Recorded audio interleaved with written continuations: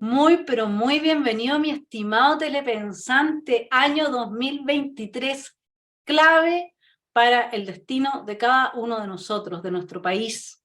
Y por eso está, bueno, prácticamente no necesita presentación. Roberto Ampuero, él es escritor y político chileno, fue ministro de Relaciones Exteriores de Chile y embajador de Chile en España. Roberto, gracias por aceptar esta invitación de Esfera Pública a conversar de todo lo que está pasando, que como en una conversación previa, mi estimado telepensante, hablábamos con Roberto, qué difícil es poder ir enhebrando, digamos, de alguna manera un mapa de comprensión que nos permita acercarnos a la realidad, formarnos nuestro juicio y reflexionar correctamente para ayudar a la solución de los problemas de Chile. Gracias por estar en Esfera Pública. Muchas gracias, Vanessa, por la invitación. Un gusto, como siempre, estar en tu programa. Roberto, yo me voy a aprovechar de que tú como escritor y además has escrito últimamente también algunas columnas respecto a todo este tema del lenguaje inclusivo, porque de alguna forma está muy vinculado con todo lo que ha pasado en Chile. El lenguaje inclusivo se impone como una moral, le otorga poder a censores internacionales respecto de las obras ya escritas. Se cambian las obras escritas, lo que significa de alguna manera un quiebre con nuestro pasado, es decir, hay un prejuicio también en las nuevas generaciones de no leer a Aristóteles o de no leer a Platón porque serían patriarcales, y mi estimado telepensante, no se olvide que nuestro mamarracho estaba bien escrito en lenguaje inclusivo, por lo tanto, este es de alguna manera, se dice que la batalla hoy día se está dando a nivel de lenguaje, una batalla cultural. ¿Cómo ves tú para que entremos en toda esta realmente maraña de situaciones que están ocurriendo? Yo creo que el lenguaje es la clave. ¿Cuál es tu análisis? ¿Qué es lo que sacas en limpio de lo que has podido analizar? Yo partiría por lo particular. Y creo que lo interesante últimamente ha sido estas noticias que han llegado del Reino Unido, también algunas revistas alemanas y también de algunas políticas editoriales norteamericanas con respecto a reescribir literatura que es clásica, que ya está escrita, cuyos autores ya están muertos o pertenecen a otro siglo, reescribirlo basado en las claves de una supuesta sensibilidad actual que se autoatribuye, por cierto, una minoría, y una minoría muy elitista, que considera que aquello que fue expresado de cierta forma en la antigüedad, en la Edad Media, en el Renacimiento, en la Ilustración o en el siglo XX, no debe ser consumido, leído, conocido por los lectores de hoy. Y así hemos visto que varias editoriales han tomado decisiones con respecto a autores.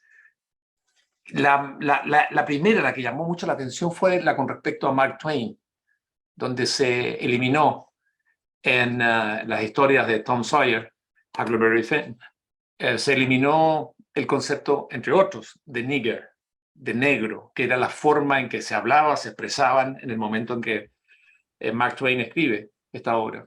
Y la empiezan a reemplazar por conceptos que consideran adecuados para la actualidad. Esto te da una idea de una acción muy organizada, muy estructurada, por minorías de tipo académico, que tienen influencia además en la academia, que tienen por tanto influencia también en la cultura, para manejar el idioma y a través del idioma generar un impacto dentro de la sociedad y fundamentalmente, creo yo, a través de la educación. Porque una vez cuando tú estableces que la norma para referirse a determinados temas y las palabras que deben utilizarse para referirse a determinados temas, palabras que están, conceptos que están en obras que vienen del pasado, cuando tú dices, eso ya no corre, a partir de ahora no me importa lo que haya dicho Cervantes, no me importa lo que haya dicho Shakespeare ni Dante, yo desde hoy, como comité acá, ¿verdad? se denomina Comité de Lectores Sensibles. Consideramos que estas palabras hay que eliminarlas, y por lo tanto yo considero que las nuevas generaciones no tienen derecho y no deben conocer esto. Es una forma de influir sobre la sociedad, y fíjate, creo que es muy interesante porque es muy peligroso. Hay que verlo esto en el contexto mayor. Esto es lo mismo en términos literarios, en términos de lenguaje, a lo que ocurre y ocurrió con el movimiento iconoclasta que vimos recientemente en acción en todo el mundo. Son los mismos, los que piensan que la historia comienza cuando ellos llegan a cierta madurez de tipo cultural, intelectual, porque se han leído algunos libros y porque se articulan políticamente. Y que el resto del mundo y la sociedad debe ajustarse a aquellos planes, a aquellas formas de leer, a aquella sensibilidad. Pero ojo, porque muchos pueden entender esto como algo anecdótico, como algo loco, irresponsable, sin futuro. Hay que tener mucho cuidado. George Orwell habló de esto en 1984 y lo plantea, ¿verdad? Es la policía del pensamiento, yo diría que es la policía ahora de la literatura, que está presente, que se ha sido incorporada dentro de algunas editoriales. Espero que esta medida se eche atrás para corregir el lenguaje, para velar por el buen uso del lenguaje, no importa qué clásico de la literatura mundial lo haya escrito. Y esto, para cerrar la idea, creo que hay que seguirlo con mucha seriedad, hay que rechazarlo en nombre de la libertad, en nombre de la libertad del creador, en nombre de la libertad de la libertad de expresión, y en nombre también de la salud de la democracia. Pienso que esa es una tarea actual de los intelectuales, no importa del signo que sean, rechazar este tipo de censura. En el fondo es una censura, y establecer que la historia se escribe a partir de un momento determinado, que la lengua no la va creando la sociedad como tal a lo largo de la historia, sino un grupo de iluminados que definen los conceptos a utilizar. Y es gravísimo lo que está ocurriendo, y yo creo que es importante estar alerta y rechazar esto. Sí, yo estoy de acuerdo contigo porque en el fondo, si uno lo quiere resumir en una frase, esto es como oscurantismo cultural. O sea, a partir de ciertas sensibilidades, lo que se hace es evitar que justamente ahora que la tecnología nos lo permite, que cualquiera puede educarse si quiere, que por fin se puede bajar un libro de Shakespeare en PDF, que ya no es necesario comprar esos libros caros, que salimos. Acuérdate que en la época de la Edad Media, ¿dónde estaban los libros? ¿Quiénes sabían? Los monjes nomás, los monasterios eran los únicos que sabían algo. El resto era toda gente que no tenía ni siquiera procesos de alfabetización básicos. Y ahora estamos hablando de alfabetización sexual con el ministro Ávila. Y evidentemente que eso a qué nos lleva, a lo que decías tú. Nos lleva a que se establece esta policía del pensamiento interno. O sea, yo no puedo decir tales cosas porque ya me siento mal porque puedo estar hiriendo a alguien. Y con eso niego el pasado, niego el acceso de las generaciones presentes y futuras al aprendizaje que nos trae el pasado. Si es mucho más que, o sea, este oscurantismo cultural tiene como punta de lanza, uno podría decir, este tipo de sensibilidades, pero lo que se está avanzando es un quiebre con la continuidad civilizatoria. O sea, aquí es una vuelta a la barbarie producida por ciertas élites de la civilización. Ese Orwell cuando dice, te lo voy a citar, porque tenía una cita aquí a propósito de que tú lo citaste en tu columna, en la tercera. Orwell dice, le estamos dando al idioma su forma final, la forma que tendrá cuando nadie hable más que neolengua. Cuando terminemos nuestra labor tendréis que empezar a aprenderlo de nuevo. Creerás seguramente que nuestro principal trabajo consiste en inventar nuevas palabras. Nada de eso. Lo que hacemos es destruir palabras, centenares de palabras cada día. Estamos podando el idioma para dejarlo en los huesos. ¿Cómo podemos proyectar nuestra educación más encima teniendo, no sé si lo viste, pero los liceos emblemáticos ahora se quedaron con las matrículas, ¿no es cierto?, con muchas vacantes, etcétera. O sea, está todo vinculado, ¿no? ¿Cómo podemos proyectar una educación en estos términos? Mira, cuando te apoderas de la lengua, del idioma en un país, tienes el control ya sobre la mente de las personas. Y cuando te atreves y logras imponer tus criterios en la cultura como un criterio hegemónico, dominante y excluyente, tienes entonces la formación de las personas y del país en tu mano. Y esto se logra fundamentalmente a través de la educación, lo que son los textos recomendados que una sociedad determinada considera a partir de un momento que son los textos que mejor se pueden formar al ciudadano, pero al ciudadano libre, integral, que tenga una visión crítica también, y que esté alimentado por una visión compartida, consensuada por esa sociedad, no determinado por una élite completamente divorciada de lo que es la vida de las personas y que se considere además iluminada como para establecer estos parámetros. Fíjate que en este marco a mí siempre me gusta también recordar que estas son experiencias ya vividas. Bueno, por un lado, ¿verdad? Cuando escribe Orwell, 1984, él se está basando en la experiencia concreta, práctica, de lo que fue entonces la Unión Soviética, lo que era el estalinismo. Esta es una experiencia que en lo que es el mundo, digamos, contemporáneo viene fundamentalmente del comunismo, del fascismo, como experiencia de dominio total sobre la sociedad, donde lo cultural también forma parte de ese control.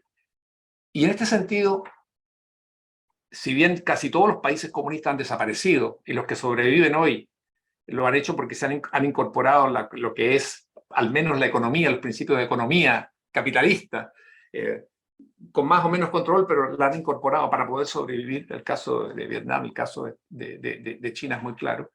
Lo cierto es que estos países siguen ejercitando un tipo de control cultural de este tipo. Y lo otro, que también es interesante, es no olvidar algo, por ejemplo, ¿cómo operaba esto?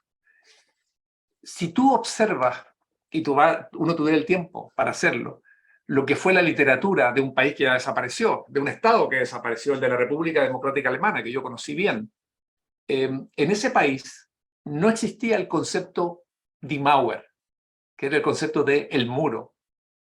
No existía en la cultura, no existía en la poesía, no existía en la novela, no existía en las noticias, no existía en los diarios, en ninguna parte. El concepto Die Mauer, el muro, no existía, estaba prohibido, borrado. Ni siquiera era necesario ya prohibirlo, estaba borrado y la gente se tenía conciencia de que utilizar el concepto Die Mauer, el muro, era complicado políticamente, tenía consecuencias políticas para ti. Y fíjate que eso fue así. Durante hasta que cae la RDA, hasta que cae el muro en realidad. Y el concepto que impuso el sistema dominado por el Partido Socialista Unificado de Alemania era de la valla antifascista, der antifaschistische Schutzwall era el nombre.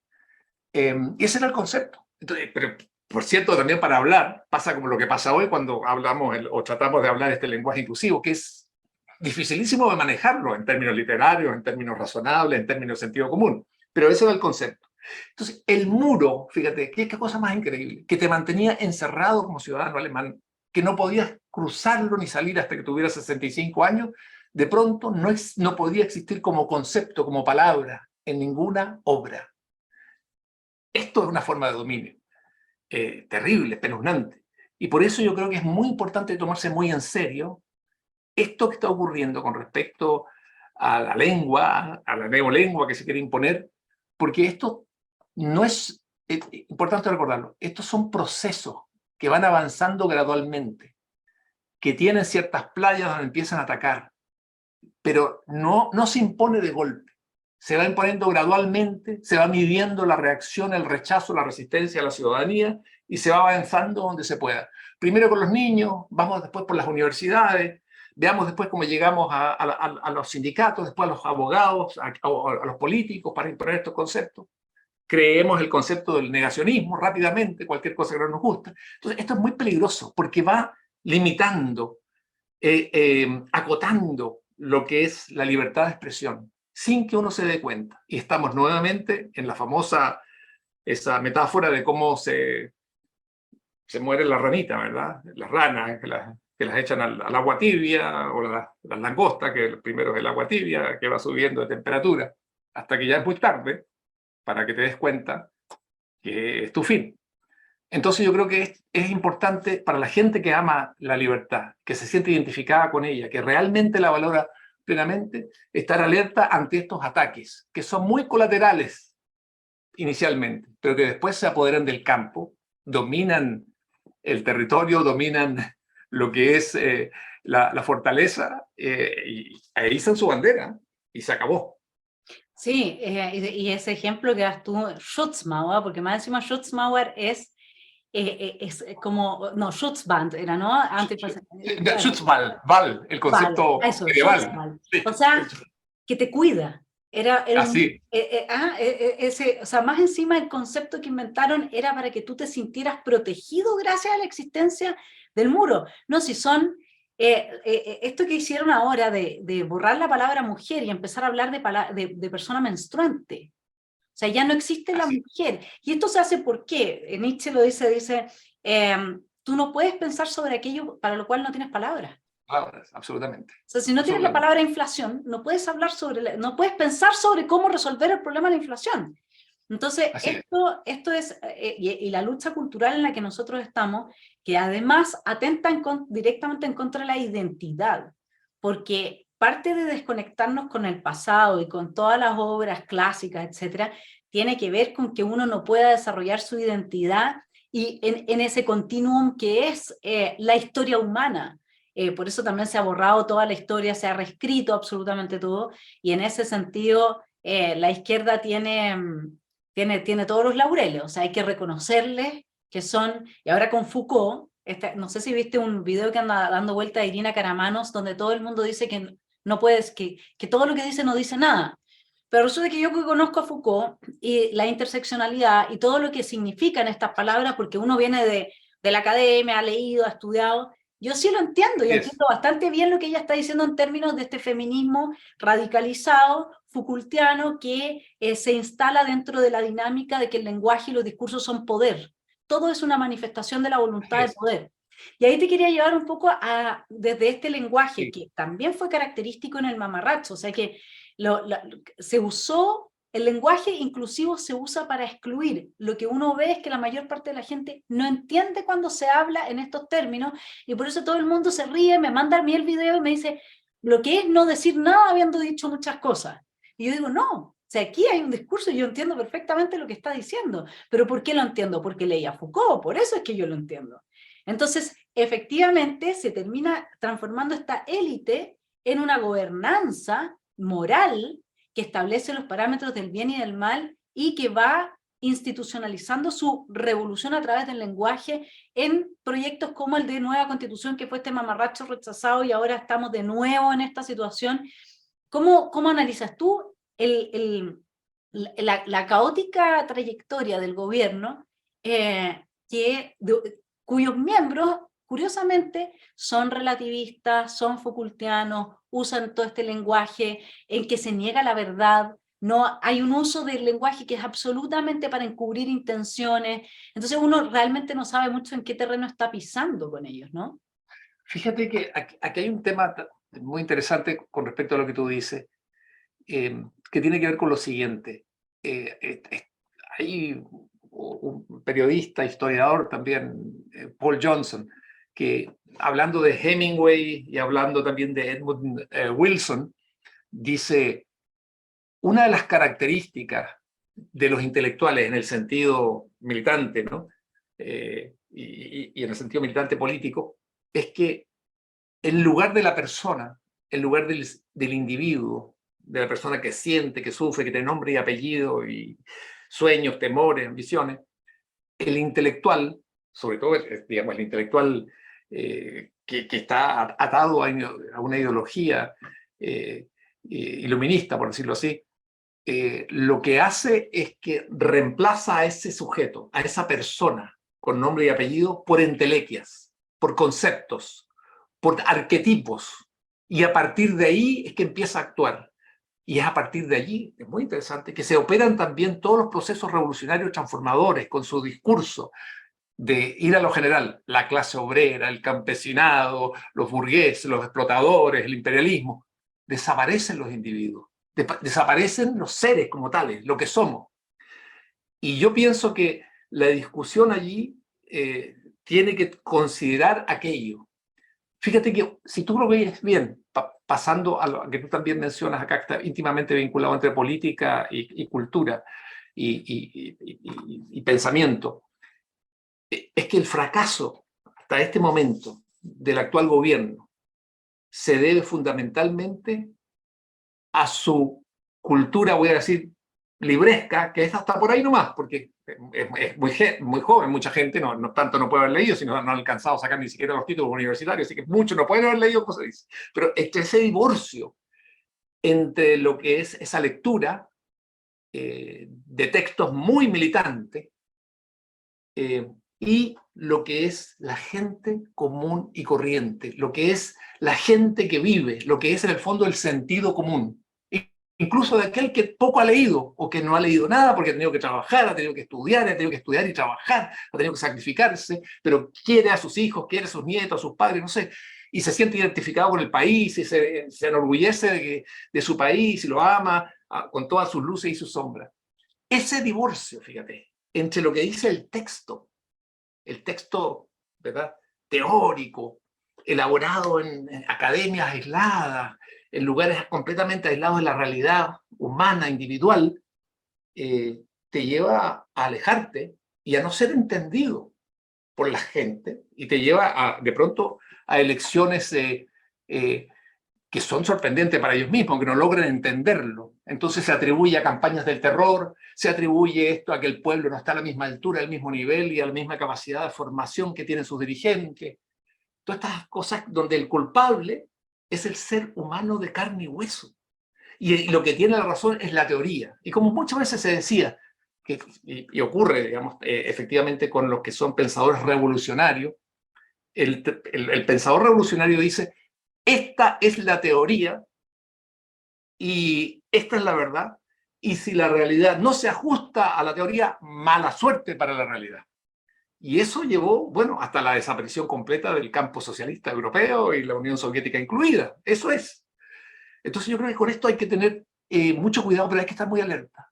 Son seres muchas veces que han pasado gran parte de su breve existencia leyendo, lo que está muy bien, porque eso es lo que yo hago también, pero sin la experiencia concreta de la vida diaria.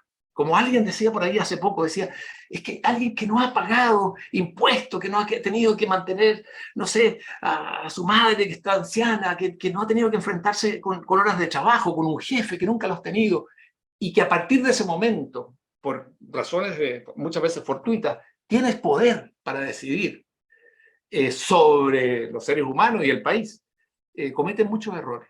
Y otro elemento, por lo general, y esto es muy bueno recordarlo, por lo general, los gobiernos revolucionarios, y este era, el Boric tenía ganas de ser un gobierno transformador revolucionario, se usa mucho las transformaciones profundas para no hablar de revolución, porque la revolución, el concepto está muy desgastado. Entonces, pero un gobierno con estas ganas de hacer cambios revolucionarios, lo que le ocurre por lo general, y lo hablo, por ejemplo, con respecto a Cuba, que ya tiene su pasado, y ya con respecto a Venezuela, lo que pasó con el sandinismo también, es que esos gobiernos formados por gente así, cuando triunfan, han tomado el poder y han podido refundar el país. Y por lo tanto, sus conceptos teóricos, nadie los frena y simplemente chocan ¿en qué? Con la realidad y terminan haciendo fracasar al país. Y por eso generan emigración, pero por millones, ¿verdad? Como el caso de Venezuela, como el caso de Cuba. Pero en nuestro país, por el hecho mismo de la fortaleza de las instituciones, se encontró esta vanguardia iluminada con la realidad, con el peso de las instituciones, el peso de la tradición, el peso del sentido común que frena esto. Por eso yo hablo mucho de que esta es una revolución no nata. Quiso ser, pero hasta ahora no se la permitió la realidad, las instituciones, el sentido común de la gente, y no tanto la oposición de partidos de oposición. Yo creo que hay que tenerlo muy en cuenta, incluso los partidos de oposición deben considerarlo muy bien. Este rechazo que está sufriendo el gobierno del presidente Boric se debe fundamentalmente a que la gente siente que esto va por mal camino y que siente que tan mal no ha tenido Chile en los últimos 30, 40 años. Entonces, contra eso se han enfrentado. Pero por lo general, los gobiernos revolucionarios toman el poder. Por eso que para los revolucionarios en todo el mundo siempre es tan importante el concepto del poder, que es el dominio total. Nosotros cuando somos demócratas pensamos que el poder, sí, asumió el poder el presidente tanto, pero el presidente maneja la moneda, ¿verdad? Y los ministerios, pero ajustado a una constitución, ajustado a las normas, ajustado a todo lo que es el funcionamiento de las instituciones democráticas y con mucha independencia unas de otras y con check and balances. Pero nada, cuando triunfa una revolución, desaparece aquello. Y por eso tuvimos a gente muy joven, como Daniel Ortega, ¿verdad? Como Fidel Castro en un momento, como el Che Guevara, bueno, tratando de hacer realidad sus sueños de lecturas, de teoría, de poca experiencia de vida, y sin freno. Y por lo tanto, podían imponerlo. Y eso ha sido un problema. Yo creo que esta es una revolución no nata. Y pienso que eso hay que considerarlo a la hora de evaluar al gobierno, a la hora de analizarlo. Porque eso implica también una pregunta adicional. La renuncia, en ciertos aspectos, que manifiesta el actual gobierno a ciertos propósitos y objetivos muy radicales para transformar y refundar Chile, esa renuncia hoy es retórica o real. Como individuo no importa, porque uno puede creer y seguir creyendo, estamos en democracia. Pero ahora como autoridad representante de Chile, la renuncia suya a estos objetivos que el país está rechazando, ¿son realmente genuinos? ¿O usted solamente los pone en remojo para en algún momento, cuando se presenten las mejores condiciones, avanzar y volver a insistir en esto? No importa lo que el país sufra y el desgaste que le significa el país. Esos son temas a mí interesantes que tienen que ver con cultura y con política, ¿no? Sí, y digamos, hay una respuesta que un poco a tu cuestionamiento de la revolución non nata, que se encuentra en una entrevista que le hizo el libro a Carlos Larraín. Y él dice que la centro derecha o la derecha debe convencerse de que nosotros estamos en un golpe de Estado institucional, que eso es lo que se está tratando de hacer, y lo cito acá, dice: en la demagogia ya estamos instalados, se miente por sistema para procurar afirmarse en el poder. Pronto veremos cómo se socava desde arriba el nuevo proceso constitucional porque ofrece la posibilidad de mantener la continuidad institucional que ellos quieren romper. Es muy probable, dice Carlos Larraín, que se intente un tercer golpe de Estado. Octubre y noviembre del 2019 el primero, el segundo, la constituyente afiebrada y controlada por inútiles subversivos. Mientras tanto no ceja el desorden interno, etc. ¿Cómo ves tú esto de la...? Claro, porque en el fondo, de alguna manera uno podría decir que quizás es un parto con forceps. Es decir, quizás es un término muy femenino, pero bueno, uno como es mamá se enfrenta a esas cosas, pero es como que va saliendo de a poco la guagua, uno diría, porque Sí. el mantelamiento institucional, a partir de los bordes que la derecha digamos, y los demócratas en su amplio espectro, y aquí entramos de nuevo, mi estimado telepensante, en el tema del lenguaje, porque esos bordes, si uno se los toma en serio, y no cree que puede, bajo el título, poner una serie de subtítulos que resguarden la institucionalidad democrática y republicana, ya solo la declaración de esos bordes implican acercarnos mucho a un modelo tipo venezolano, porque el modelo del Estado social y democrático de derecho fuera de España, que lo tiene desde el año 78, donde vivíamos en otro mundo, no está en ninguna constitución que no sea latinoamericana, venezolana, boliviana, etcétera. Entonces uno dice, bueno, existe esta ilusión gatopardista, le llamo yo, de que vamos a poder plantear las profundas transformaciones en titular, un poco el ejercicio inverso de lo que se hizo en el mamarracho, ¿no? En el mamarracho el titular decía: usted conserva su derecho a la propiedad y usted conserva su derecho a elegir la educación de sus hijos, pero en las bajadas era donde se hacía, ahora como que de alguna manera hay un intento de hacer lo inverso, dejar el titular como la gran transformación y luego en la bajada mantener la continuidad institucional de Chile. ¿Cómo ves tú yo lo llamo ilusión gatopardista, no sé si a ti te resuena por ahí o lo ves desde otro punto de Sí, vista? pensando en la Lampedusa, sí, el gato pardo. Mira, yo creo que hay algunas cosas que como chilenos a veces olvidamos y hay que hacerlo con tranquilidad, pero manifestarlo porque son verdades, por lo menos a mi juicio, indisputable, indiscutible. Primera cosa, escucho mucho que si el gobierno no logra llevar a cabo su programa, vamos a caer en el populismo en la próxima elección presidencial. Vamos a caer en un gobierno populista. A mi juicio, este gobierno es un gobierno populista. Lo que pasa es que en un momento determinado, debido al baño de realidad, ha tenido que incorporar elementos de la socialdemocracia, moderados, que tienen experiencia de gobierno, que tienen redes internacionales, que los han ido aconsejando. El mismo ministro Marcel, por decirlo así. Es otra cosa. Pero nosotros ya entramos el año 21 en la elección a un gobierno populista, digamos, que triunfa en la elección, ¿verdad?, en diciembre, y con un programa que lo conocemos todos, un programa inicialmente mágico. Iba a resolver todos los problemas y en corto tiempo. No había nada que no pudiese ser resuelto. Y se avisaba, se anunciaba y se reafirmaba. E incluso, recordemos, hasta en un momento el presidente Boric, entonces diputado, dice que el problema acá en Chile somos los chilenos y que bienvenido toda la inmigración, ¿verdad?, ilegal, legal, la que sea, al país. Ese es el primer concepto. Estamos en un gobierno que fue inicialmente y tuvo muchos deseos de ser populista durante por lo menos 4 años para transformar radicalmente a Chile, y que ha tenido que tomar algunas curas, alguna medicina socialdemócrata para que esto no se descuadre, porque el primer año los primeros 6 meses ya demostraban que esto, no solamente por la impericia, sino que también por la falta de objetivo, llevaba a una situación muy difícil al país. Y no era solamente por la falta de objetivos, sino por el hecho de que no tenía objetivo y que pensaba que el proyecto como tal del programa de gobierno se iba a otorgar la nueva constitución que se iba supuestamente a aprobar.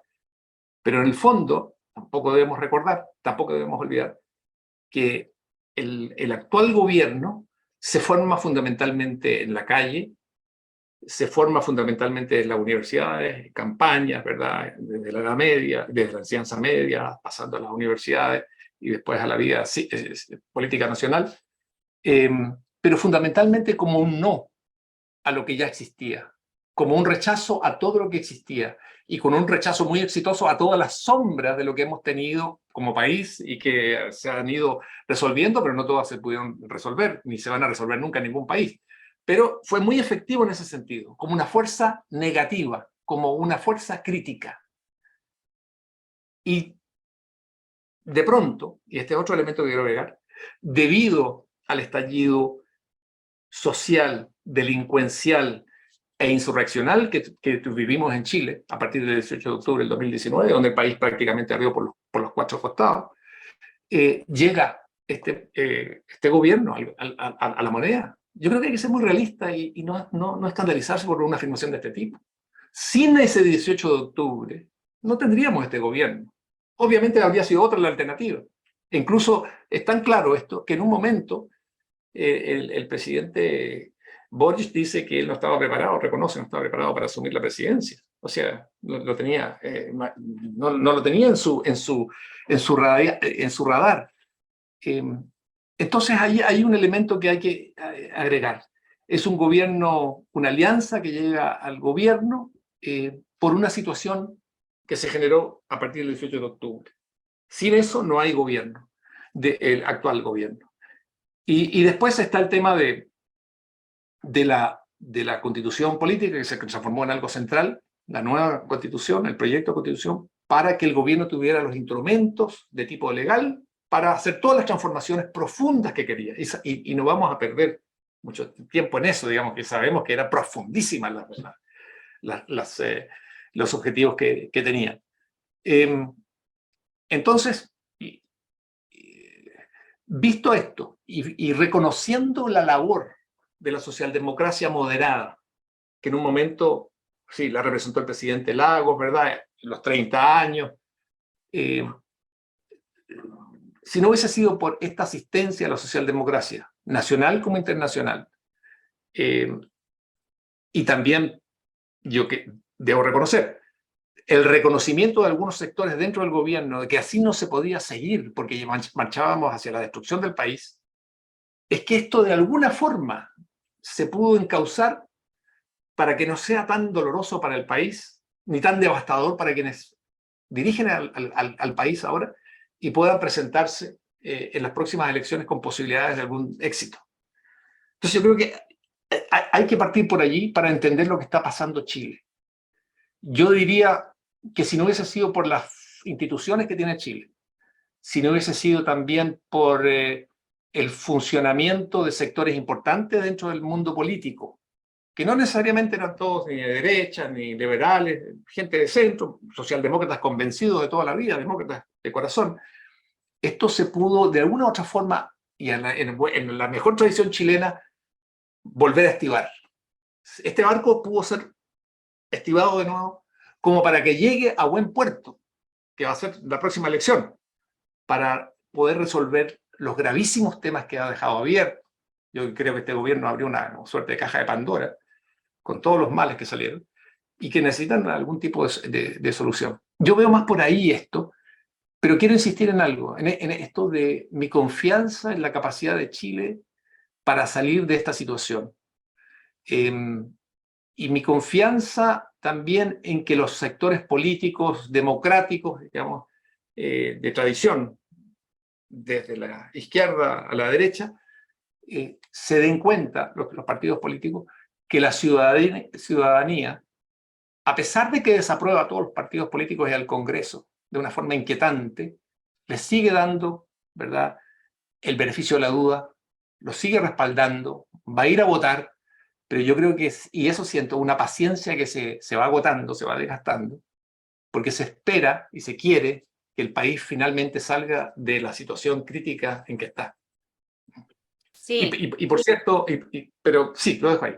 Que la pregunta es si tú crees que en el fondo esa situación crítica o salvarnos de la destrucción del país o evitar la predicción que dice Carlos Larraín de que aquí viene un tercer golpe de Estado, lo que significa que se vuelva a quemar por los cuatro costados del país, tiene realmente una posibilidad alta, sólida. Y te lo pregunto porque el nivel de corrupción moral que nosotros tenemos, ¿no? Y empezando por las élites, porque todo parte por ahí, digamos. En el momento yo me acuerdo de una estudiante mía que me decía que iba en la micro y de repente una joven le roba la billetera a una señora, y entonces el pololo le dice, devuélvele la billetera a la señora, y la joven le decía, yo tengo derecho a robar, digamos. Cuando uno ve lo que pasa con el Transantiago, el nivel de evasión, y lo que va pasando también a nivel de élites con casos más complejos, ¿no es cierto?, y el Poder Judicial, uno dice, necesitamos una reconstrucción moral del país para que estos momentos que se avecinan, que van a exacerbar la escasez, tú sabes que donde se exacerba la escasez, la gente está más dispuesta a corromperse. Entonces, de alguna forma, no sé si efectivamente esto va a poderse resolver con un proyecto o sea, con una nueva constitución, porque incluso, como tú dices, la gente todavía va a ir a votar, la gente pone todavía su fe, pero si con la nueva constitución, después de un año o de 2 años, en que les dijeron que les van a dar derechos sociales garantizados, porque el derecho garantista dice relación con eso, pero eso en lo que deviene es una destrucción mayor del aparato productivo, porque evidentemente nosotros hoy día ya enfrentamos una crisis económica muy importante, y para dar derechos sociales de alguna parte sale el dinero, Codelco no da el ancho. Entonces, no sé cómo ves tú instalando este gobierno en todo este marco de factores de los cuales además no se quiere hacer cargo. O sea, ni siquiera el ministro Marcel se hace cargo, esto lo digo muy responsablemente, de sus propias cifras, digamos. O sea, se alegra de cifras que no debiera alegrarse, y no considera otras que era de considerar para hacer un análisis que uno esperaría seriamente. De nuevo el lenguaje, ¿no? Lo que no decimos no existe, lo que estamos siempre dando vueltas sobre eso. Entonces, no sé, ¿cómo tú ves la situación dentro de los próximos 2 años? Hay gente que dice que este gobierno no va a llegar al final, a ese nivel. Sí, bueno, yo soy, y por mis años y la experiencia que viví, y conocí al Chile dividido y a punto de caer una guerra civil, La experiencia que me dejó es que bajo situaciones extremas, nosotros los chilenos podemos llegar también a opciones y actitudes extremas donde no nos reconocemos. No quiero dramatizar, pero sí recuerdo perfectamente que en los años 72, 71, 72, el país se dividió a tal extremo que gente que había estudiado toda la vida juntos en el colegio, en el liceo, se odiaban a muerte y eran capaces de, si le daban un arma, de ir a liquidar a aquel con que habían hecho hasta el viaje de estudio juntos. Eh, y eso a mí me dejó impactado y para siempre, y fue como una lección de vida, de lo que somos capaces, bueno, y por eso existe el Leviatán, ¿no? De lo que somos capaces cuando el Estado deja de funcionar, cuando se quiebran las instituciones, cuando se acaba lo que puede ser el espíritu de convivencia nacional, el peligro que eso encierra. Y eso es una ruleta rusa, después sale para cualquier lado.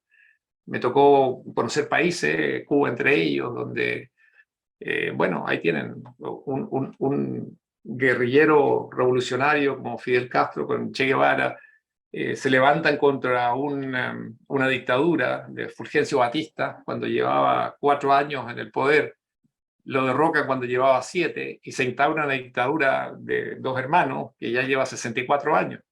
Entonces, en ese sentido, yo trato de extraer las lecciones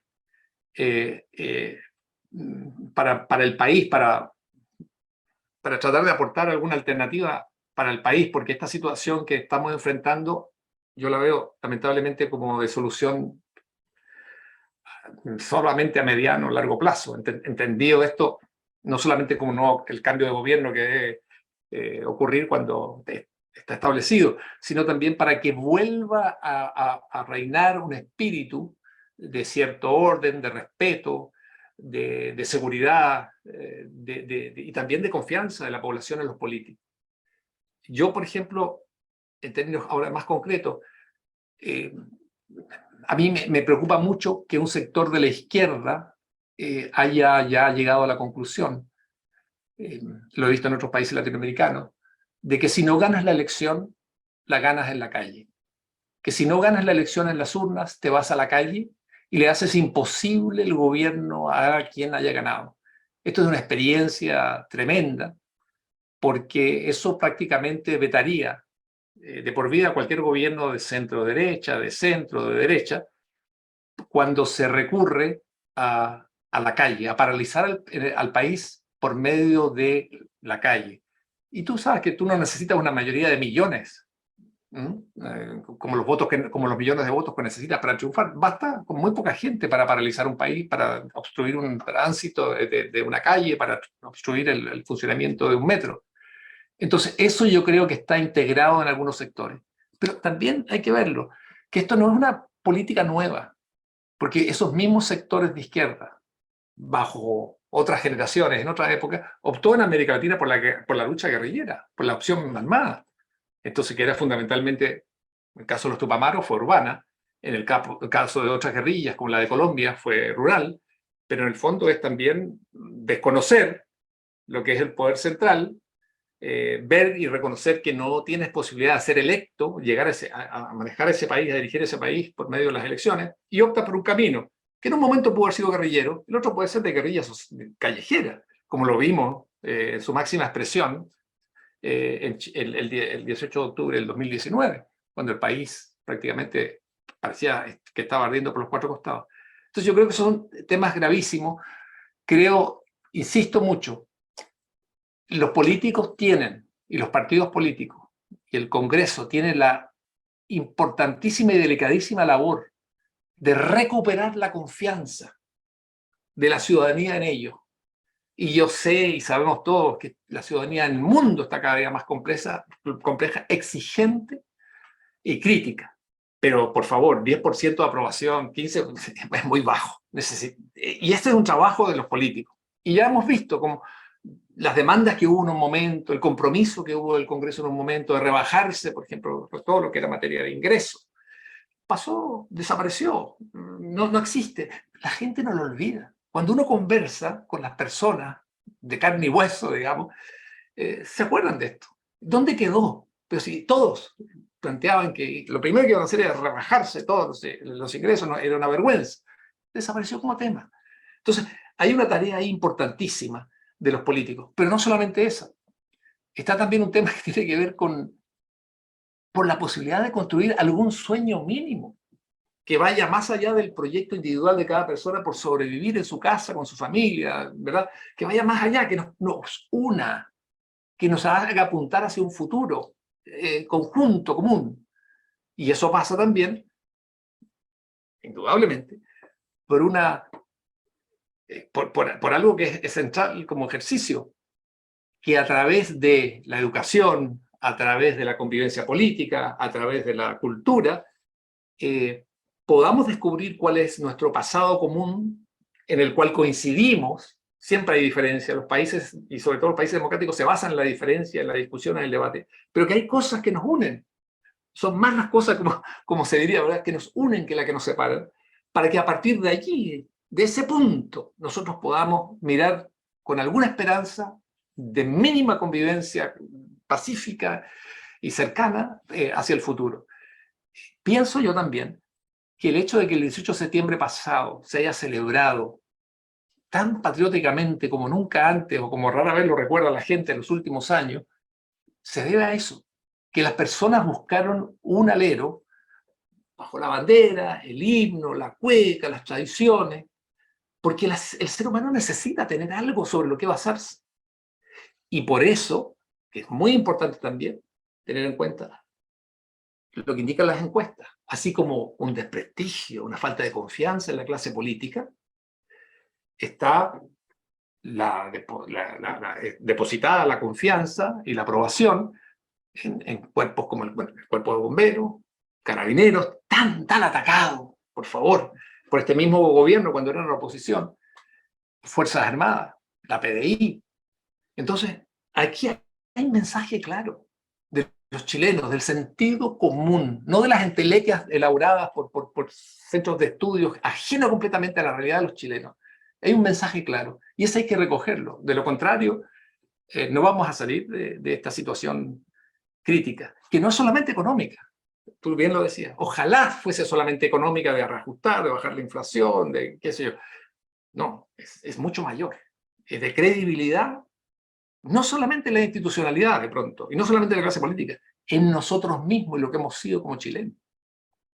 Entonces, esas son las tareas que están allí presentes. El problema, claro, es que esa identidad asociada a nuestro país, a nuestro Estado-Nación, hoy día está intermediada por agendas globalistas como la 2030, que en el fondo quitan la soberanía a la gente sobre las decisiones de lo local. Si el problema es que es muy difícil hablar de un Estado-Nación donde en ninguna parte los padres de este país han querido que se les alfabetice sexualmente a sus niños. Es decir, que se les imponga una visión de la sexualidad que los homogenice, ¿no es cierto? Y esto siempre con el pretexto de hacer el bien a la humanidad. O sea, aquí vamos, como dice Mauricio Rojas en su prólogo del libro Lenin, dice, con el pretexto de hacerle el bien a la humanidad estábamos dispuestos a matar mucha gente, digamos. O sea, es lo que tú dices de esas entelequias que se construyen. Entonces el tema es, claro, proteger al país, querer al país, unirnos en torno al amor que tenemos por nuestro país y nuestras tradiciones. Eso implicaría realmente ponerle límite al ingreso ilegal de inmigrantes, ilegal, no cerrarse a la inmigración, sino que controlarla y poder trabajar bien con las personas que llegan para poderlos ayudar y para poderlas integrar. También implicaría un proyecto, yo no sé cómo lo ves tú aquí, esto en la derecha pareciera no tener nunca ningún proyecto. Cuando uno habla con gente que conoce la experiencia de Israel con la sequía, que esa gente sí que no tiene agua, digamos, te dice, si nosotros implementásemos tecnologías como las que tiene Israel, podríamos recuperar parte importante de la zona central, trayendo el agua de otros lados. En Chile nosotros ocupamos creo que un 28% de las aguas lluvias que se llueven en todo el país. ¿Por qué no hay un proyecto de esa índole? No, entonces lo que hace la izquierda, la extrema izquierda, en su hambre refundacional, es quitarle los derechos de agua a la gente para que la gente tenga que depender del burócrata de turno si quiere sembrar papa, digamos. O sea, nosotros estamos de alguna forma sin un proyecto alternativo desde la derecha que justamente rescate esa identidad desde la cual podamos reunirnos nuevamente como sociedad, que además es el anhelo que tiene la gente, como tú bien dices, ese amor por el país. No sé, ¿cómo ves tú el rol de la derecha en todo este contexto? Sobre todo en miras al proceso constituyente. Yo sé que es un tema delicado y complejo, pero al fin y al cabo, no, lo que a mí me preocupa es que no veo varios discursos políticos. Es decir, la gracia de la democracia es que yo puedo decir, mire, este octubrismo no funcionó, destruyó el país y aquí tengo un modelo distinto, neoliberal, o un modelo diferente, comunitarista, u otro patriota, u otro globalista, no sé. Pero acá uno ve que incluso la derecha, los republicanos, que podría llamarse la derecha dura, también asumen mucho del discurso de la izquierda que fue comida por la extrema izquierda. Es decir, al final estamos haciéndole un poco el juego a la extrema izquierda, sobre todo con esto del Estado social y democrático de derecho, que de verdad no existe en ningún país de Europa más que en España, en una condición muy particular, y no se hace ni la distinción con el Estado benefactor, que son dos modelos radicalmente distintos. Entonces, ¿qué pasa con la derecha? ¿Cómo ves tú eso, Roberto? Sí, El actor político ahí. sí. Bueno, viéndolo desde el ámbito fundamentalmente de la cultura, por decirlo así, en términos muy amplios. Lo que uno extraña es cierto, lo dice muy bien, y ese es un tema, yo diría, bastante conocido, que la derecha, y con esto digo centro-derecha, liberales de derecha o de centro, eh, carecen de una capacidad discursiva, de proyectos nacionales, políticos, culturales, que puedan de alguna forma marcar un norte y servir también de instrumento de unidad y de inspiración al país. Yo veo a los partidos de derecha muy enfrascados en disputas muy pequeñas de área chica, internas, además, es la impresión que me da, yo sigo siendo independiente, pero la impresión que tengo, lo que me llega a mí, lo que me trasciende a través de la prensa, y están en lo puntual, pero siempre reaccionando, con dificultad para anticiparse, marcar terreno y alternativas, pero que sean además comprensibles para la ciudadanía, comprensibles para las personas. Yo pienso, fíjate, que al sector en Chile, algo muy diferente ocurre con la izquierda. Le hace falta tomarse muy en serio, los partidos y los think tanks, las relaciones internacionales. Aprender más de institutos, de centros de estudio, de intelectuales europeos, norteamericanos, asiáticos, de un pensamiento más o menos parecido, y beber de esa experiencia. O sea, creo que todo el mundo coincide que aquí falta más espesor intelectual, cultural, más lecturas, más lecturas, más lectura de la historia de Chile, más lectura de lo que es ideas políticas. Mira, cuando tú escuchas a políticos en Europa, en el caso de España también es muy claro, en el caso de Alemania, hay una cosa que te llama la atención de inmediato viniendo de Chile. Se cita en discurso, muchas veces se cita a escritores, a filósofos, a pensadores, a grandes estadistas del mundo, para fortalecer, fundamentar sus planteamientos. Y eso en nuestro mundo no existe. Yo recuerdo un par allí que lo hacía, por cierto, hay un diputado de Isacort, que yo lo escuché varias veces en sus discursos en la Cámara, exdiputado, por cierto, citando a determinados intelectuales. Y era un rarum dentro de la Cámara. Por ahí yo creo que estamos al debe. No solamente en relación con lo que es la unidad misma del sector, de buscar manejar las diferencias de forma más cívica, menos, vamos a decirlo, depredadora, saliendo más del área chica. Yo entiendo que hay muchas cosas que tienen que ser resueltas en el área chica, pero un sector no puede aparecer como discutiendo siempre de cosas muy puntuales del área chica para ver cómo van determinados candidatos y cuáles no. Tiene que tener capacidad para dar un abanico, por lo menos de discurso, de planteamiento. tiene que tener una capacidad para identificarse también y encontrar referentes en la cultura, vincularse con la cultura. Yo me pregunto cuántos concursos de arte o literarios o de pensamiento, de ensayo, se están organizando también por el mundo empresarial, ¿no? E incluso muchas veces lo entregan a determinadas instituciones que tienen otro objetivo en términos políticos, que es legítimo en la sociedad democrática, desde luego. Entonces, creo que ahí hay un déficit enorme que a mí me tiene desconcertado, porque yo pensé que con todo lo que hemos pasado se había sacado lecciones. Porque lo que ha pasado en Chile es muy serio. Es que yo no sé si otro país latinoamericano, no sé realmente, con el respeto que me merecen los vecinos, hubiese podido sobrevivir de la forma en que nosotros sobrevivimos, gracias a las instituciones, a la historia de Chile y la solidez de sus instituciones, y la sensatez de los chilenos, si hubiesen vivido lo que nosotros vivimos. Es que yo creo que ningún país ha sufrido un ataque solamente en guerra, ¿no?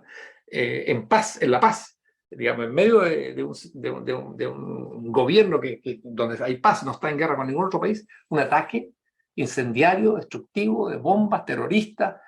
Y si usted suma lo que está pasando en el sur y lo que ha pasado en el sur y acumula todos los camiones destruidos, las vidas perdidas, las casas destruidas, las cosechas, esto es una guerra. Si es verdad, es que hay un tema que hay que mirarlo con cifras, analizarlas yo diría, con altura de mira, y decir, a ver, sumemos esto en términos de pérdida de vida humana, en términos de pérdida de lo que es el país, en términos de pérdidas de infraestructura, de vivienda, y también en términos de daño a lo que es la conciencia de un país.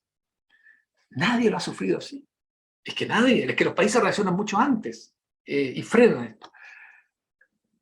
Y para eso es necesario algo que se criticó mucho también, acá en Chile, por la izquierda más dura, y que lo desprestigió por completo, ¿cómo se llama? La cocina de la política, que en realidad todos los políticos del mundo, en algún momento, llegan a discutir cosas que son muy delicadas y comprometedoras para ambas partes, y donde necesitan llegar a un acuerdo. Y se llega a un acuerdo para sacar adelante al país, es decir, no son mafiosos los que están reuniéndose, y con un compromiso. Vamos a tratar de salvar al país por aquí, esto aquí, yo cedo allá. No nos vamos a acusar mutuamente de lo que tuvimos que ceder para llegar a este acuerdo, pero en bien del país, ya, y lo respetamos eso, y propongamos esto al país a ver si lo aprueban.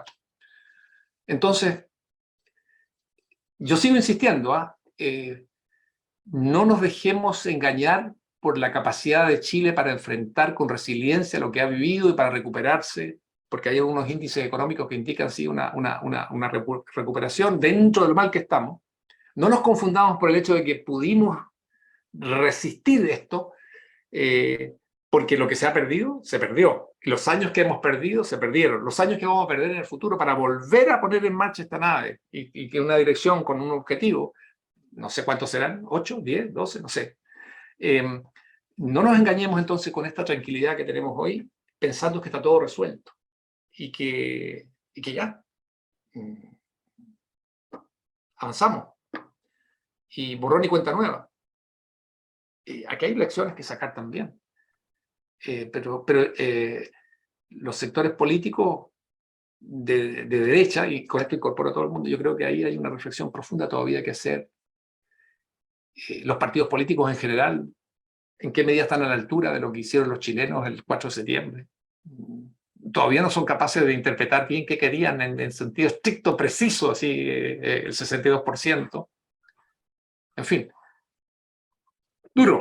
Ahí, sí, es fuerte, claro, cuando uno lo analiza desde la perspectiva que lo planteas tú, esto es una guerra, sí, se entiende bien que es una guerra respecto de una decisión política de usar la calle cuando las urnas no me benefician. O sea, si ese usar la calle implica todo este descalabro en el sur, implica el descalabro en el norte, todo esto está asociado, porque evidentemente que son condiciones que se van construyendo en favor de un proyecto que está plasmado en el mamarracho. Si hoy día lo más, a mí, yo coincido contigo que no se ha sabido dar un cauce a ese 62%, pero lo que más me preocupa es que como que el mamarracho quedó botado en un, no sé, pues en un basural, y ya nadie se hace cargo que esas son las intenciones del gobierno que tenemos hoy. Eso es lo que, el proyecto que ellos tienen de país. O sea, es la destrucción absoluta de Chile. Si la campaña del terror es tal porque el documento es terrorífico. Eso es lo que no se quiere decir, digamos. Porque sería bien distinto si uno le dijera a la señora Caramano o a la señora Lisa Loncón, que anda diciendo las mismas cosas afuera en Francia, bueno, pero tome los dos artículos que impedían a rango constitucional que se incomunicara a los presos. Es decir, no se podía combatir nunca más el narcotráfico, y eso en rango constitucional, porque tú sabes que la única manera de combatir el narcotráfico es incomunicarlos. O sea, este era un proyecto realmente de narcopolítica, sí, una cosa muy impresionante. Entonces, a mí lo que me deja atónita es que el primer borde sea el Estado Social y Democrático de Derecho, que era el primer artículo del mamarracho, y que de alguna forma estemos dialogando con una extrema izquierda dispuesta a usar la calle, y probablemente por eso estamos dialogando, porque estamos extorsionados, ¿no es cierto?, que está dispuesta a avanzar ese proyecto. Entonces esa revolución no es nata, porque de título de esta entrevista como que me quedo entre estamos en guerra y la revolución no es nata, puede nacer en cualquier momento dadas estas circunstancias. Si quieres, ahí hacemos unas reflexiones finales y cerramos esta excelente conversación. Sí, mira, yo hace un tiempo publiqué una novela que se llama Demonio, donde planteo muchos de estos temas. Y sobre todo lo que planteo, porque es una novela de contenido muy político, porque obviamente uno como escritor no puede quedar ajeno a lo que vio desde lejos, me tocó verlo a mí el 18 de octubre del año 19, porque, bueno, eso fue conmoción mundial, ¿no? En todo el mundo llegaron, a todas partes llegaron las fotografías de iglesias incendiadas, de infraestructura destruida, el país. ¿Qué pasó con Chile, no? La pregunta. Y allí, a través de los personajes, a través de esta novela, lo que va emergiendo es este vínculo internacional que hay que, o esta visión más amplia que hay que aplicar a esto para entenderlo y entenderlo bien. Y hay cosas que de pronto lo sorprenden mucho a uno. Por ejemplo, nosotros somos un país que dependemos extraordinariamente de lo que son nuestras exportaciones, del comercio internacional, de lo que son nuestras exportaciones. Todo el país en realidad depende de esto. Lo que es su fortaleza es al mismo tiempo su debilidad. Y sin embargo, hasta hoy, y esto es un asunto de decenio, nunca se tuvo como propuesta profunda, real, seria, profesional, por ejemplo, la creación de una institución chilena, nacional, ajustada a lo que es su política exterior, ajustada a lo que son los intereses superiores de Chile, su soberanía, en fin, y su respeto al derecho internacional, pero una institución que sea capaz de recolectar información sobre los riesgos que hay en el mundo para Chile. Es curioso, es muy contradictorio. Un país abierto al mundo, uno de los más abiertos al mundo, con mayor número de tratados de libre comercio en el mundo, que depende del mundo más abierto, no tiene una ventana, no tiene una visión propia como Estado que tiene que defender sus propios intereses superiores de lo que ocurre en el mundo. Y entonces depende la información de lo que cada uno vaya leyendo en los diarios, que vaya a congreso. Y allí tú te das cuenta, pudieras decirlo, de pronto el éxito de Chile en los últimos 30 años, 35 años, de lo mismo, 40 años, nos sorprendió a nosotros mismos. Nuestro crecimiento nos sorprendió a nosotros mismos. Y nos hizo ignorar algo que no debimos haber nunca ignorado. También lo vengo planteando hace tiempo, yo incluso en otras novelas. Cuando tú creces al nivel en que creció Chile durante decenios en el mercado internacional y vas ocupando determinadas posiciones antes ocupadas por otros competidores, estás afectando intereses Tienes que tener conciencia de eso. Pero cuando al mismo tiempo tu país, en un continente como este, se convierte en un símbolo político, económico, social, porque muestra resultados y se transforma, porque eso fue lo que ocurrió con Chile después de 30 años, ¿verdad? Se convierte en un símbolo, en un modelo a imitar en América Latina, se habla de este continente. También estás cosechando enemigos, adversarios profundos, poderosos, que al mismo tiempo están viviendo una tragedia nacional. El atraso, el estancamiento, una migración sostenida, situación económica insoluble, problemas de deuda, y que son adversarios políticos tuyos profundos, y que además no creen en la democracia representativa. Si tú no estás consciente de eso, es que no entiendes lo que es el mundo. Y creo que allí pecamos de provinciano. Cuando uno recorre algunos países de América Latina, para no salir de acá, uno se da cuenta que sí hay otros países de nuestra región. Brasil es un caso muy especial, país gigantesco, ¿verdad? Que hay otros también, que atribuyen mucha importancia a esto, a tener un cuadro lo más completo posible sobre los riesgos que existen para tu país en los próximos años, los próximos 10 años, que pueden ser desde la producción de kiwi, por decir algo, o manzana, hasta lo que son planes de crecimiento. Y yo siento que quienes tienen esa preocupación son fundamentalmente, existen acá en Chile, lo que he sentido como preocupación en las Fuerzas Armadas, ¿no? Es un tema, todo militar sabe que eso es importante, por qué aguas vas a navegar, cómo te transitas. En fin, yo creo que esos son temas que tampoco hemos abordado, creo que nos dejamos encandilar, con razón o sin razón, eso es segundo término, por el éxito que nunca imaginamos que íbamos a tener. Y nos olvidamos, ese es también otro elemento, de que este era un país muy sencillo, muy modesto en América Latina. Yo crecí en un país que era muy modesto en América Latina. Estaba muy por debajo de los grandes, los que marcaban, de vecinos y eso, y por encima de algunos que se las arreglaban para sobrevivir. Ese era Chile, con mucha pobreza. Y hemos dado un salto tremendo, lo dimos, y ahí viene, no quiero prolongar más, pero quiero decir, y ahí viene también un tema, ¿dónde se cortó la comunicación generacional para transmitir esta experiencia? De decir, mira, lo que tú tienes hoy, que es insuficiente, desde luego, no conozco ningún país donde la gente diga, no, ya tengo suficiente, no quiero más, por favor, paren. ¿Dónde falló esa comunicación? ¿En qué momento? ¿Por qué? De decir, mira, esto es lo que fuimos, quiero que lo veas, hijo mío, no sé, nieto mío. Y hay que cuidarlo, y hay que mejorarlo, desde luego, porque es una obra imperfecta. ¿Y desde dónde apareció una mentalidad, verdad, desvinculada, como decíamos inicialmente, de lo que es el ser humano concreto, real y concreto, para perseguir quimeras? Pero lo más impresionante son quimeras viejas.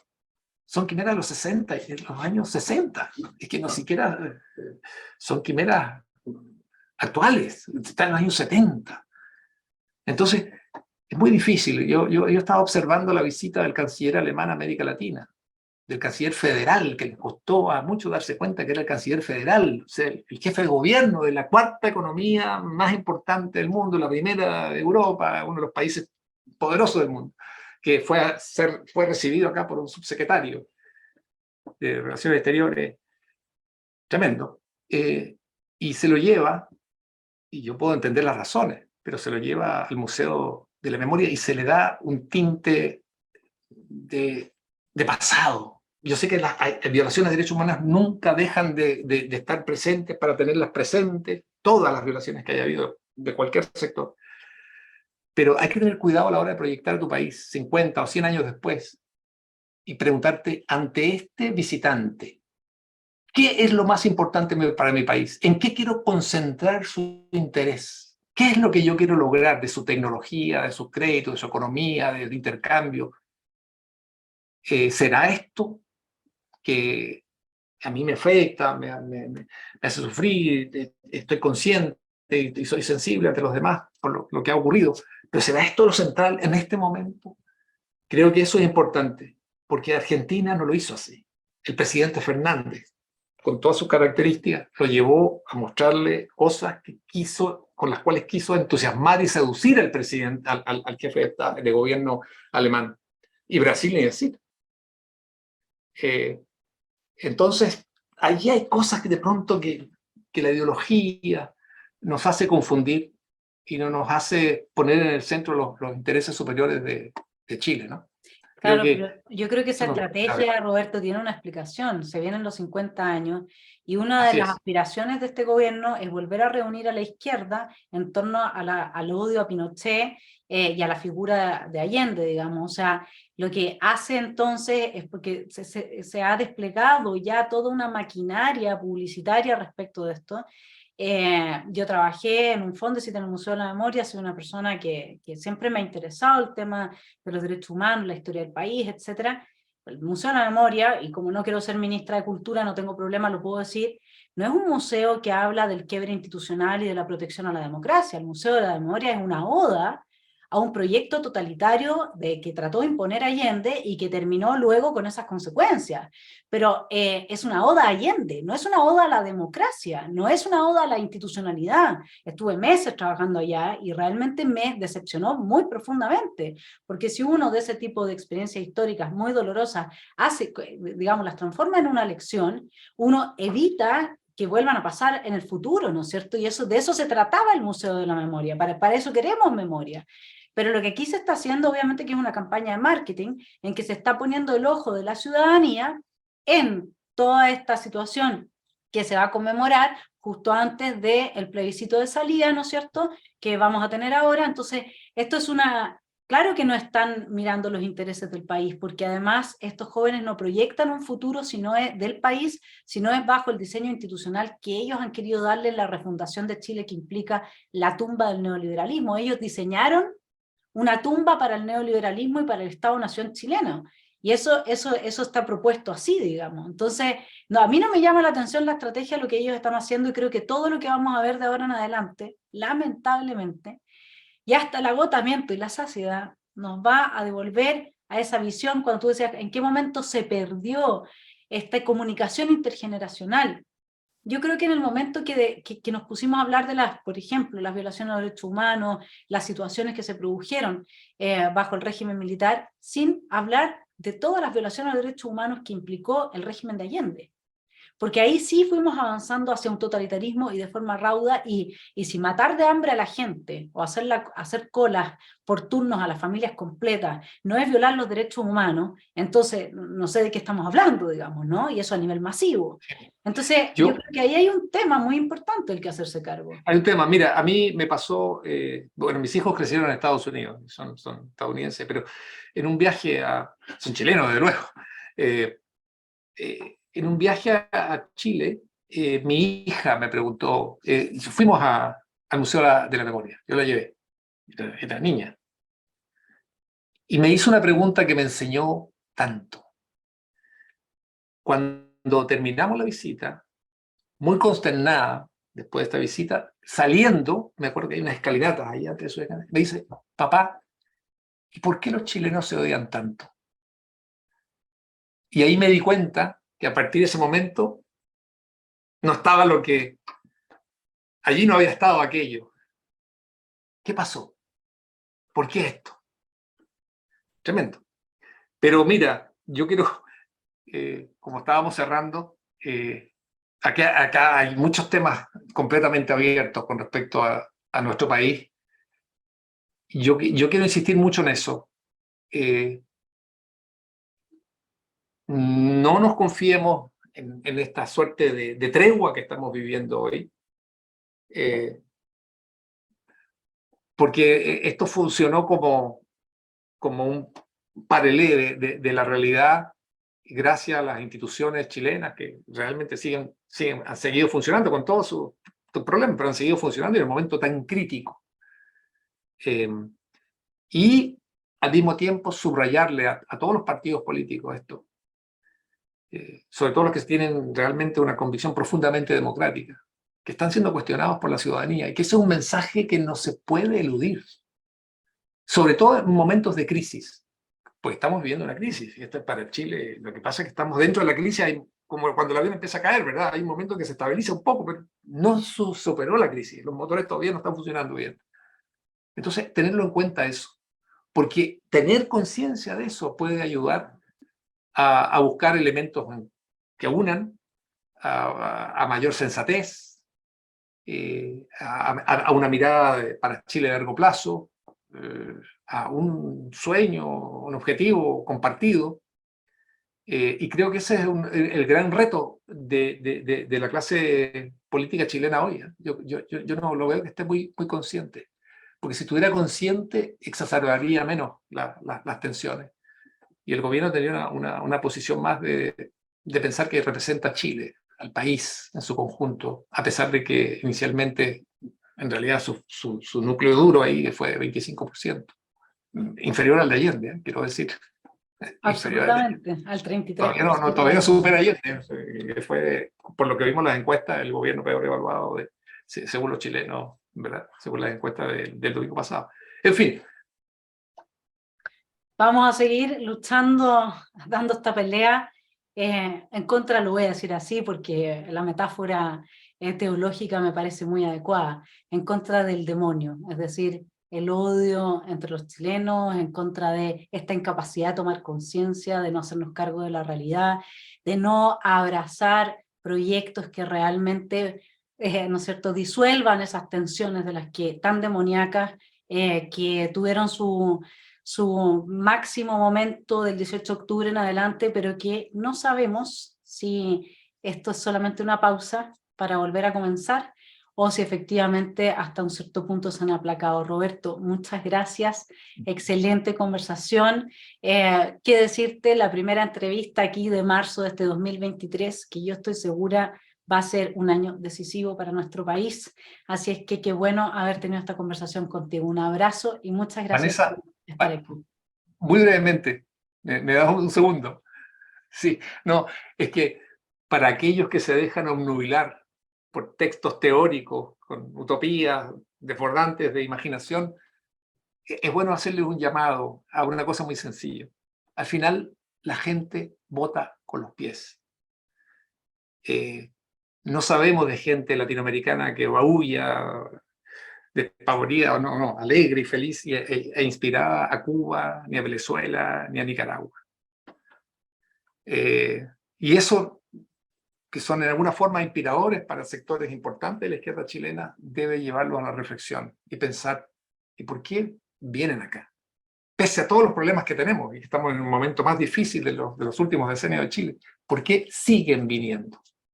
Y el tema no es responsabilidad de chilenos en primer lugar, sino de que aquellos regímenes y dictadores que están manejando esos países, Venezuela, no lo olvidemos, tiene 7 millones, no ha habido guerra en Venezuela, 7 millones de venezolanos dando vuelta en América Latina, que es una amenaza en el sentido de estabilidad, ¿no? 7 millones de personas, cualquier país que lleguen es una amenaza para su estabilidad política, laboral, de salud, de vivienda, desde luego. Entonces yo espero que en algún momento la sensatez vuelva también a esos sectores, pero quizás estoy pidiendo demasiado.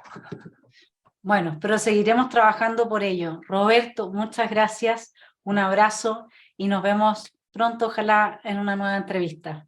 Muchas gracias. Chao.